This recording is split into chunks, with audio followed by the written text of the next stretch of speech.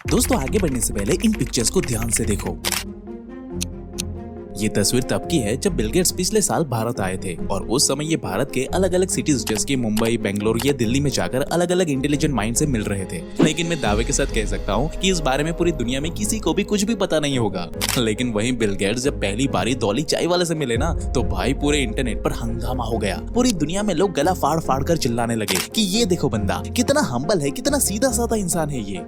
और इस चक्कर में भाई बिल गेट्स के ऑनलाइन फॉलोअर्स रातों रात बढ़ गए, क्योंकि लोग बिल गेट्स को अपना रियल आइडल, अपना रोल मॉडल मानने लग गए। लेकिन भाई इस बीच में किसी ने भी इस बात पर ध्यान ही नहीं दिया कि भाई रिच करोड़पति बिल गेट्स को ऐसे किसी ठेले पर चाय पीने की भला ऐसी क्या ही नौबत आ गई। आखिर ये भला क्यों एक आम इंसान की तरह दिखने की कोशिश करने में लगा हुआ है। और सिर्फ बिल गेट्स ही नहीं बल्कि मार्क जकरबर्ग, वॉरेन बफेट और अंबानी जैसे कई सारे बिलियनर्स आखिर क्यों अपने आप को एक आम इंसान की तरह दिखाने की कोशिश करते हैं, क्योंकि ये लोग भाई घूमते तो प्राइवेट जेट में है। तो फिर भाई ये लोग जानबूझकर पब्लिकली खुद को गरीब और साधारण इंसान दिखाने की कोशिश क्यों करते हैं। आखिर ऐसा कौन सा राज है जो हमसे छुपाया जा रहा है। और सबसे बड़ा सवाल कि ऐसा करके आखिरकार वो साबित क्या करना चाहते हैं। आखिर भाई इन अमीर लोगों के गरीब दिखने के पीछे ऐसा कौन सा सीक्रेट छुपा हुआ है जो हम जैसे नॉर्मल लोगों को पता नहीं है। तो दोस्तों आज हम अपने इस वीडियो में ऐसे ही कई सारे सवालों के जवाब विद प्रूफ एंड एविडेंस के साथ जानने वाले हैं, इसलिए आप बस मेरे साथ इस वीडियो के अंत तक बने रहे। So hey beautiful people, welcome to Fundu programming. मैं हूँ आपका दोस्त फंडू बॉय। अब भाई वीडियो में आगे बढ़ने से पहले ना हमारे चैनल को अभी सब्सक्राइब कर लो, क्योंकि सेल्फ इंप्रूवमेंट एंड मोटिवेशन से जुड़ी बड़ी बड़ी बातें तो सभी लोग करते हैं, लेकिन भाई पर्दे के पीछे की असली सच्चाई हम ही लोग साइंटिफिक प्रूफ एंड एविडेंस के साथ इस इंटरनेट पर सीना ठोक के बताते हैं। तो अगर आप पर्दे के पीछे चल रही पूरी गेम को अगर बारीकी से समझना चाहते हो ना भाई, तो हमारे चैनल को अभी सब्सक्राइब कर लो।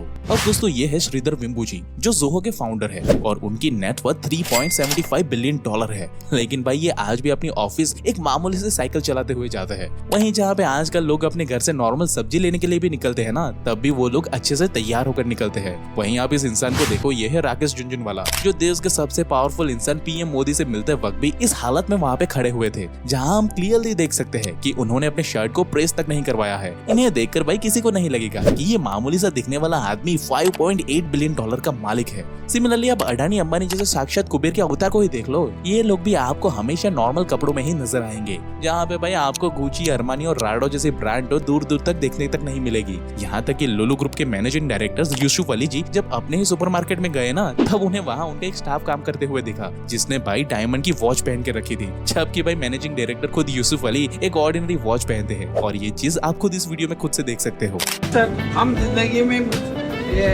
डायमंड वॉच नहीं पहनते, बेबी नहीं पहनते। हमारा स्टाफ पहनता है। इधर आओ, देखा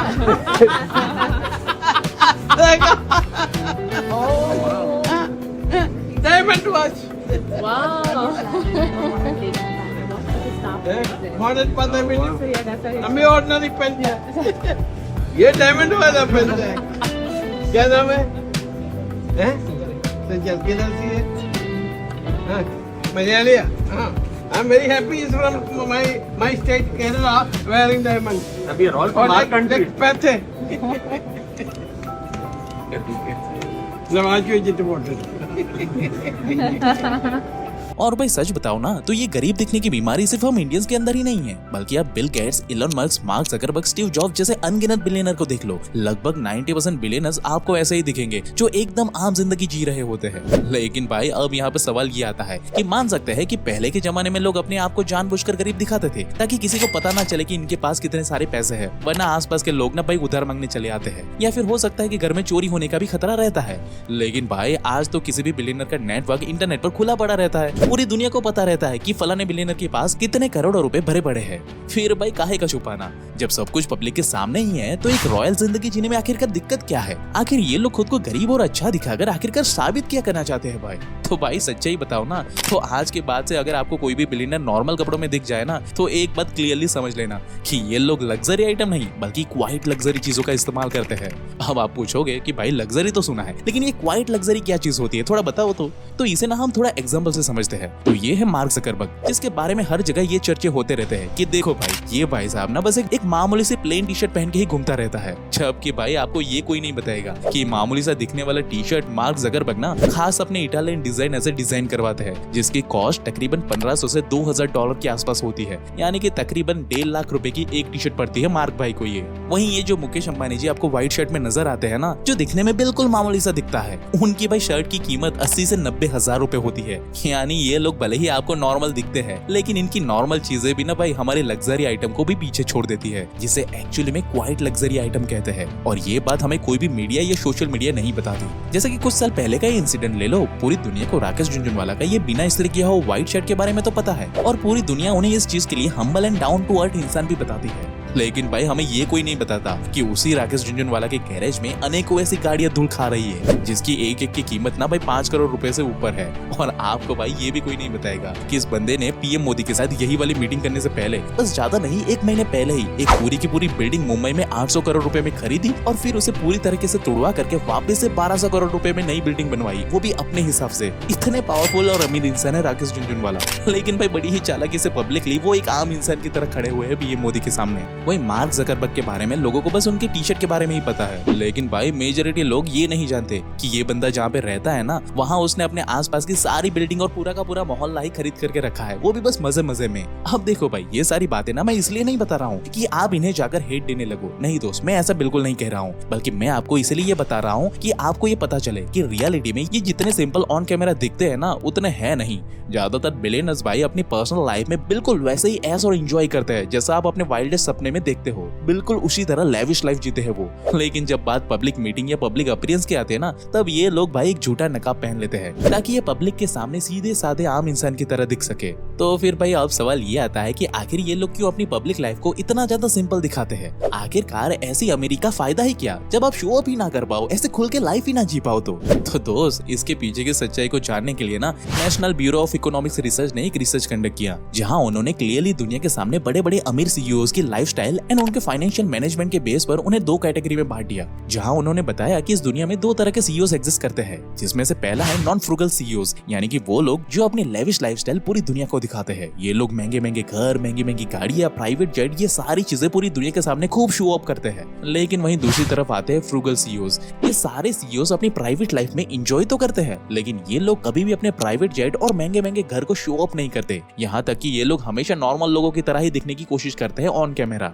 क्योंकि भाई इस रिसर्च के अंदर ये बात सामने आई कि जो फ्रूगल सीईओज होते हैं ना, उन्हें पूरी दुनिया साइकोलॉजिकली ज्यादा रिस्पॉन्सिबल एंड ट्रस्टवर्दी समझती है। और रिसर्च भाई खुद ये बताती है कि वो सारी कंपनी जो फ्रूगल सीईओज के द्वारा चलाई जाती है ना, उस कंपनी के भाई पब्लिकली सक्सेस होने के चांसेस कई ज्यादा हाई होते हैं। और अगर वो कंपनी गलती से डूब भी जाती है या फेल हो जाती है, तब भी भाई पब्लिकली लोग ऐसे डाउन टू अर्थ दिखावा करने वाले सीईओज को ही सपोर्ट करते हुए उन्हें सहानुभूति देते हुए नजर आते हैं। जैसे कि पब्लिक बताती है कि भाई बंदा तो भगवान का इंसान था, शायद कुछ कंपनी में ही गड़बड़ होगी इसलिए फेल हो गई कंपनी। क्योंकि पब्लिक भाई साफ सुथरी इमेज वाले सीईओज पे कभी उंगली नहीं उठाती।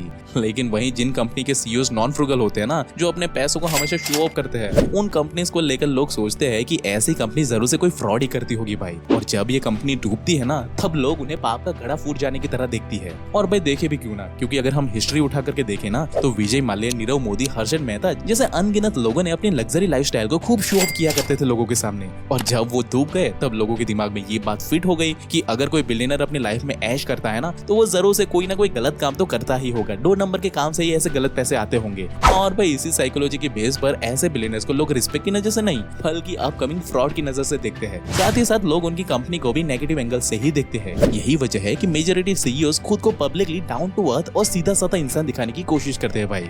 लेकिन दोस्त, ये बात यहाँ पे नहीं रुकती, क्योंकि जब ये बिलियनर्स हमारी तरह सिंपल रहते हैं ना, तब ऐसा करके वो जानबूझकर अपनी जेब से हजारों करोड़ रुपए भी सेव कर लेते हैं। अब आप पूछोगे कि कैसे?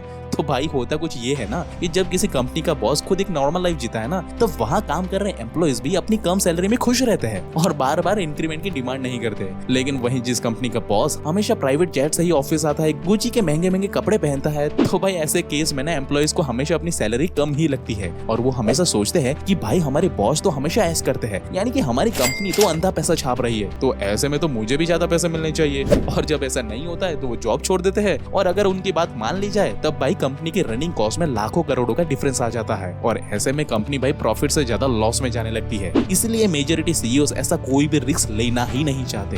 इसलिए तो भाई वो ऐसे साइकोलॉजिकल गेम खेलते हैं। वहीं एक सीईओ ना भाई अपनी कंपनी के लिए एक बहुत बड़ा इन्फ्लुएंसर होता है, इसलिए वो हमेशा अपनी अल्ट्रा लग्जरी लाइफ को प्राइवेट ही रखता है और समय समय पर चालाकी से मीडिया एंड सोशल मीडिया के इस्तेमाल से वो भोले भाले हमारे जैसे मासूम लोगों के दिमाग में ये बात डालने की कोशिश करते ही रहते हैं कि भाई मैं ना एक बहुत ही अच्छा और सीधा साधा इंसान हूँ, ताकि भाई आम जनता उनकी प्योर इमेज से इन्फ्लुएंस होकर सिर्फ उनके ही बनाए हुए प्रोडक्ट का इस्तेमाल करे। जैसे कि मैं यहाँ पे नाम तो नहीं लूंगा, लेकिन आप लोगों ने बहुत सारे ऐसे बिलियनर्स को देखा होगा जो भाई ऑन कैमरा पब्लिकली तो खुद को सीधा साधा दिखाते हैं, लेकिन भाई पर्दे के पीछे कोई और ही खिचड़ी पक रही होती है। और भाई वो बस ऐसा इसीलिए करते हैं ताकि ऑन कैमरा उनकी प्योर इमेज दिखे और लोग ज्यादा से ज्यादा उनके बनाए हुए प्रोडक्ट को खरीदे, और ऐसा भाई हो भी रहा है। और भाई इन्हीं सब मेजर रीजन की वजह से बस बाहरी रूप से वो लोग खुद को पुआ दिखाते हैं, जबकि दोस्त उसके पीछे की रियलिटी ना कुछ और ही होती है, जिसका कच्चा चिट्ठा ना मैंने आप सब लोगों के सामने क्लियरली खोल दिया है।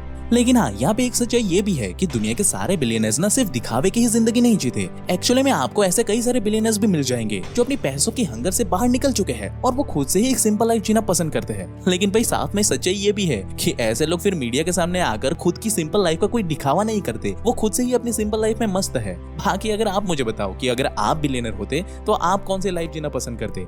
आप अपना जवाब मुझे कमेंट करके बताना, हम एक हेल्दी डिस्कशन वहाँ पे कर सकते हैं। बाकी अगर आप ये सोच रहे हो ना भाई कि ये जो बिलियनर होते हैं वो बड़े ही तेज दिमाग वाले बुद्धिमान इंसान होते हैं और उनका दिमाग ना भाई लाखों में एक होता है, तो भाई आपका ये भ्रम ना इस वीडियो में टूट जाएगा, क्योंकि कई सारे बिलियनर्स ऐसे भी है जो बिल्कुल डम है। और ये कहना गलत नहीं होगा कि कुछ तो महाडम है, लेकिन फिर भी वो अंधा पैसा छाप रहे हैं। अब ऐसा वो कैसे कर रहे हैं और आप भी ऐसा करके कैसे करोड़ों रुपए छाप सकते हो ना, इन सारे सवालों के जवाब ना भाई हमने इस लेफ्ट वाली वीडियो में बता करके रखे हैं, जिसे आप अभी क्लिक करके देख सकते हो। बाकी भाई ऐसे ही पर्दे के पीछे की सच्चाई को जानने के लिए हमारे चैनल को अभी सब्सक्राइब करें। And at last, thank you for watching guys.